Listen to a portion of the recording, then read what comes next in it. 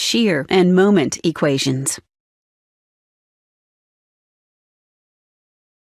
In the previous lectures, we talked about shear and bending moment in beams and how to calculate them at specific points. For example, given this beam, we can determine shear and moment at C by first determining the support reactions and then by cutting the beam at C and writing and solving the equilibrium equations for segment AC. Since shear and bending moment may not be constant along the length of the beam, we need to be able to either express them mathematically or graphically so that their maximum and minimum values can be readily determined. In this lecture, we focus on the mathematical representation of shear and moment in beams. Once we have the necessary equations, we can then graph them in order to visualize how shear and moment change along the length of the beam, and more importantly, to locate the points at which these internal forces attain their maximum and minimum values. Consider this steel and glass building, designed and constructed to serve as an art center. Let's highlight 3 specific beams in the skeleton of the structure, each subjected to a different loading case. We are going to show how to write the shear and moment equations for each beam. We use the beam on the second floor to formulate the shear and moment equations due to concentrated loads only. For the short beam on the first floor, we end up writing the shear and moment equations due to a uniformly distributed load. And the beam on the side of the building covers the case of a partially distributed load combined with a concentrated load. In this presentation, we are going to assume that all 3 beams are simply supported. Let's start with the long beam on the second floor. Suppose the concrete roof panel, shown in green, is supported by 2 transversal beams only. This means that the weight of the panel is going to be distributed to the 2 beams. Assuming that the specific weight of concrete is 24 kilonewtons per cubic meter, the roof thickness is 229 millimeters, the length of the red beam is 10 meters, and each of the 2 transversal beams has a length of 3.5 meters, then the uniformly distributed load on each beam is going to have a magnitude of 27.48 kilonewtons per meter. The distributed load magnitude is the product of the specific weight of concrete, the thickness of the roof panel, and half the length of the long beam.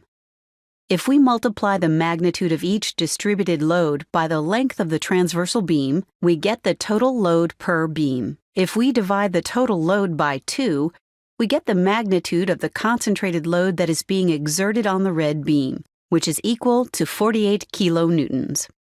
Assuming that the beam is simply supported, we are now ready to analyze it and write its shear and moment equations. First, we need to calculate the support reactions. The free body diagram for the beam embodies 3 unknown reaction forces. Using the static equilibrium equations, we can determine the unknown forces. They are AX equals 0 and AY equals BY equals 48 kilonewtons. Note that the 2 applied loads divide the beam into 3 segments. This means that we need to write 3 shear equations and 3 bending moment equations, a pair of equations for each segment. Imagine that the x-axis runs along the length of the member with the origin of the coordinate system being located at the left end of the beam. So our equations are going to be written in terms of x. For each segment, we are going to cut the beam at some distance x from the origin, draw the relevant free body diagram, and then write the equilibrium equations so that we can express shear and moment in terms of x. For the left segment, we cut the beam at an arbitrary point between 0 and 2.5 meters. We label the distance from the left end of the segment, the origin, to the cut point as x, where x is defined between 0 and 2.5 only. At the cut point, we draw a shear force and a bending moment. These are drawn in the positive sense, meaning shear is acting downward and bending moment is acting in the counterclockwise direction. This notation is consistent with our sign convention, according to which a positive shear tends to rotate the beam segment in the clockwise direction and a positive moment causes a concave up deformation. Now we write the two equilibrium equations. The algebraic sum of the forces in the y direction must be 0, and the sum of the bending moments about point A must be 0. Solving these equations for V and M, we get. Note that in this case, shear is constant throughout the entire segment. Shear is not a function of x. Bending moment, on the other hand, does vary with x. Now that we have the shear and moment equations for the left segment of the beam, we are ready to write a similar set of equations for the beam's middle segment. Cut the beam at some arbitrary distance from the origin and label the length of the segment x. Here too, we are going to show shear and moment at the cut point as V and M. We can get the shear and moment equations for the segment by writing the equilibrium equations and solving them for V and M like this. This pair of equations tells us that throughout the middle segment of the beam, shear is 0, while bending moment remains constant. Finally, to write the shear and moment equations for the right segment of the beam, we cut the beam at some distance x from the origin, where x is between 7.5 and 10. Then, we write the equilibrium equations and solve them for V and M. Here are the shear and moment equations for the right segment of the beam. In summary, given that the concentrated loads divide the beam into 3 segments, we must express shear and bending moment in a piecewise manner using 3 equations. Note that for each bending moment equation, the interval within which x is defined contains its boundary values. For example, the first bending moment equation is valid for any x value between 0 and 2.5, including at 0 and 2.5. However, the first shear equation is valid only for x values greater than 0 and less than 2.5. Why? Because shear cannot be defined at the point of application of a concentrated load.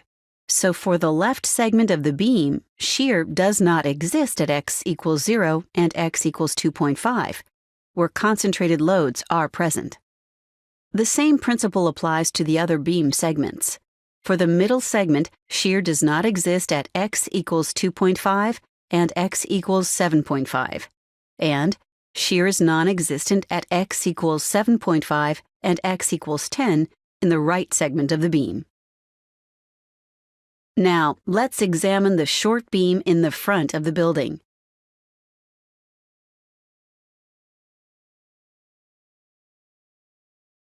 A 350 millimeter thick concrete slab rests partially on the beam, which is 6 meters in length. The width of the slab is 3 meters. Since the slab rests on the beam, half of the total weight of the slab is going to be placed on the beam as a distributed load. The intensity of the distributed load is 12.6 kilonewtons per meter. How did I arrive at this value?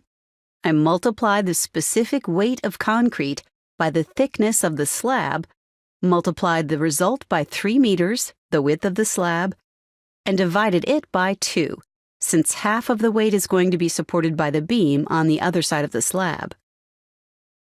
Here is the beam subjected to the distributed load.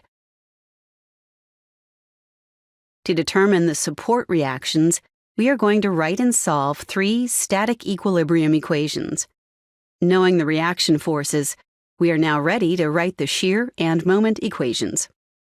Since there is no point of discontinuity in the applied load, we need only one equation for shear and one equation for bending moment for the entire beam.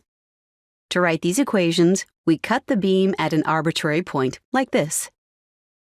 Let x represent the length of the segment from the left end of the beam to the cut point, so x could vary from 0 to 6. We use V and M to represent the shear and moment at the cut point, respectively. The 2 equilibrium equations for free body diagram are: solving these equations for V and M gives us the shear and moment equations. Let's summarize what we know. We can describe shear and moment for the beam using these equations. just like the previous case, the shear equation here does not cover the ends of the beam where the support reactions are located. The moment equation, however, is valid for the entire beam, including its endpoints. Now, let's turn our attention to the side beam. It's subjected to two loads: a concentrated load due to the weight of the staircase and a distributed load due to the weight of the concrete floor.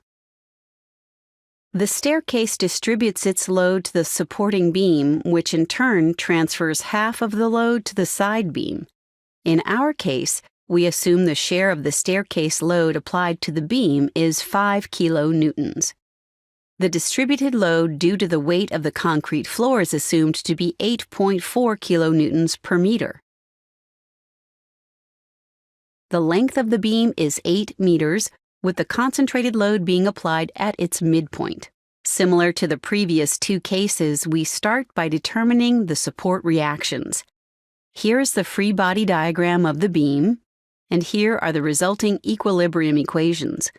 The support reactions for the beam are: here, the loads divide the beam into two segments. So we need two sets of shear and moment equations. To come up with the equations for the left half of the beam, we are going to cut the beam at an arbitrary point in the left segment. As usual, the shear and moment at the cut point are labeled V and M. The length of the segment is labeled X, which could take any value between 0 and 4. The resulting equilibrium equations are: solving these equations for V and M, we get the shear and moment equations for the left half of the beam.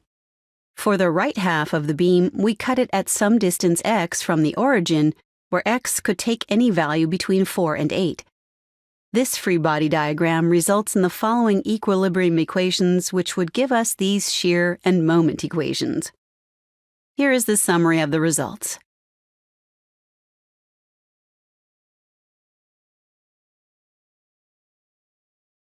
Now it's your turn.